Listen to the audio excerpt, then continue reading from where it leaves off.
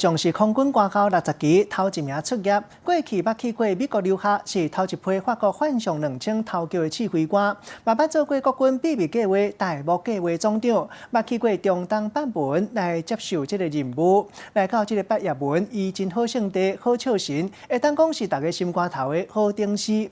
因为外形真缘投阁漂泊，互人俄罗斯飞官模范生，军中缘投仔兄。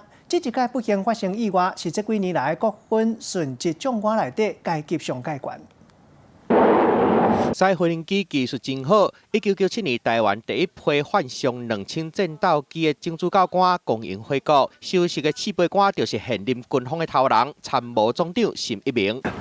因为它的方向感跟这个3度空间的这种立体感啊，在飞行线上不行就淘汰了。镜头前缘投漂泊，身为飞官，沈一鸣空军官校60期第一名毕业，去美国留学，搁去法国接受训练，变做幻象2000战斗机首席的指挥官。1980年代，伊接任大幕计划总长，去中东执行秘密任务。为基层开始豆豆扛，做过空军司令、国防部副部长，去年7月升做参谋总长。向右滚转。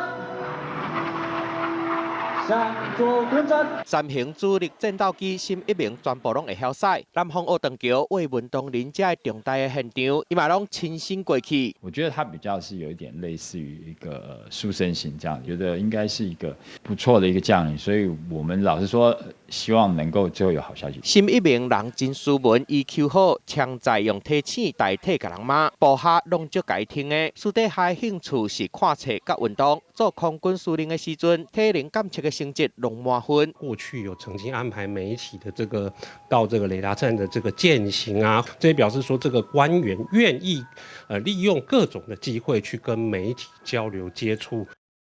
就算已经过60岁啊，同款真受人注意。沈一鸣防公认是真缘投的，嘛互媒体封作军中的乌狗兄，会当讲是飞官的模范生。这回煞拄到乌鹰直升机失事过身去，人生就安尼雄雄结束。记者综合报道。